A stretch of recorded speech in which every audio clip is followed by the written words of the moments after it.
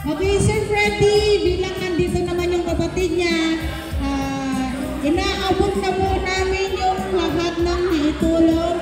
Through Gcash, Pledge man yan, Dropbox man yan, solo, umabot po siya ng 15,000. Bali, Sir, i-award na po sa kanya. Sir, ito pakiusap lang. Alam naman natin na hindi mayaman yung mga riders, nagtulong-tulong lang para makatulong kay Kuya. So, asahan po namin na maibibili natin siya ng kung anong kailangan niya kung sa saktong na ibigay na pera. Bali, thankful naman po si Kuya na tulungan natin siya. Yun lang, sir.